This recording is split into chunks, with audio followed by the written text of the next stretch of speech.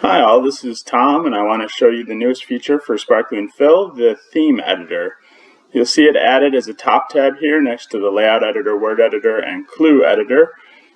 So the first step that we have here is to enter words. So I'm just going to start with a theme that I have working on related to themes.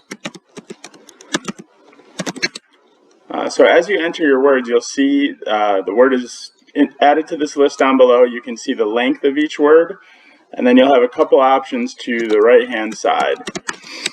The options are to set this as the middle row. That indicates that that word should belong in this case, this center row here, or to remove the word if you don't want to have it included anymore.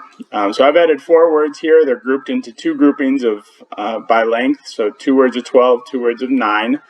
And then I'm just going to click to get word layout options. And Sparkling Fill will recommend some ways that we could lay these words out into the grid.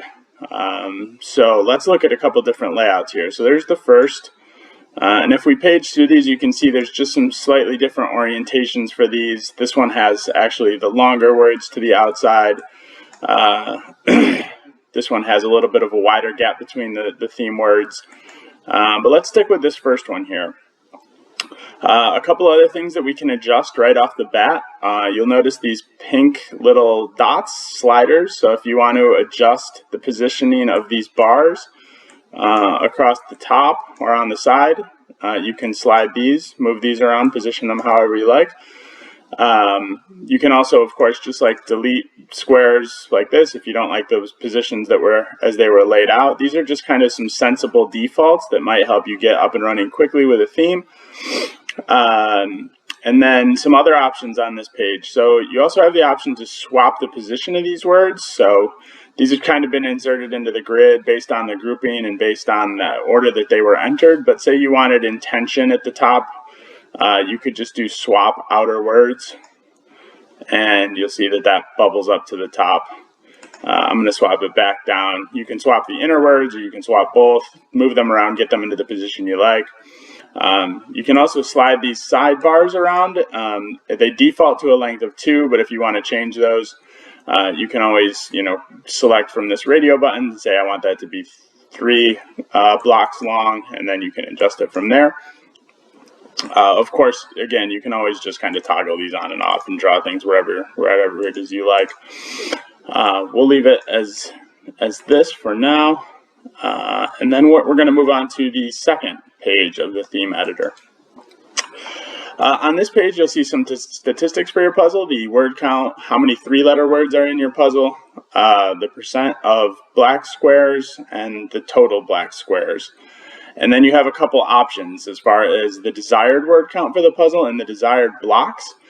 And then a single button on this page, which is to get the middle block options. This is essentially going to generate all the black squares in the middle here that give you the desired number of words and number of black squares that you'd like for this puzzle. And there's just a checkbox option here, a checkbox option that says prevent words longer than the shortest theme word. So this is checked by default. If this isn't checked, you may end up with, say on this 4 down, you may end up with a 15-letter down word that's not desirable to you. But you can always uncheck this and go back and add blocks later if you want to see some additional themes. So I'm just going to click this. By default, this is going to give you 20 potential options. So as you can see here, we've got 1. Some of these may have some weird things in there that you don't like. Some kind of corner cases that may not be desirable for puzzles may get in there. You can just kind of skip over ones that don't make sense. But for the most part, these present some nice options for how you might lay out your puzzle.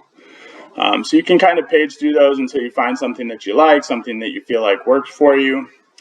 You can always clear. You can always get more. Every time you click this, another 20 options will be presented, so you can scroll through those as much as you like until you find something that works for you. But from there, you can move on to the last tab.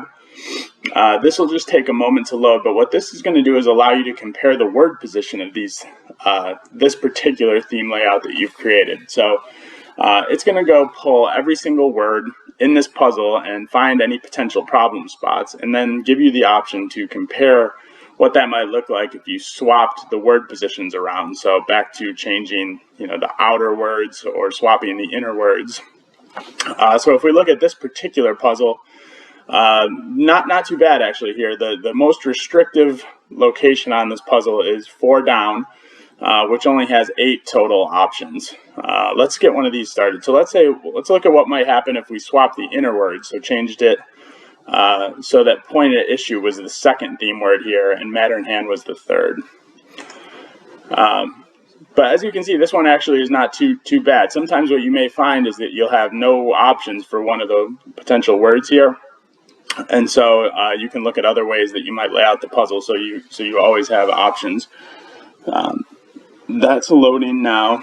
And then as you go through these, you can always go back, switch your middle layout to see other potential options and come back to the screen to see how that might look. So with the inner word swapped in this puzzle, we actually have a little more of a tight spot with 47 down. Here, there's only a couple options if we switch. So you can see in the puzzle, this still reflects as blank U, blank N. But with the middle swap, this would be an N rather than a U. But if you like one of these options, there's an apply button here that you can apply this change, and that'll swap the words if that works better for you than the others. So you can, from that point, you can either save this, you can move on to editing the layout manually, or you can swap over to the word editor and start inserting words. But at this point, you're ready to go. Or you can always go back over into the middle blocks. You could clear what's in the middle and get another set of options and work through those until you find the layout that's going to work best for your theme. But you should be able to get up and running really quickly with this. Hope you like the theme editor. Definitely let me know if you have any feedback. And that's all I've got for today. Thanks.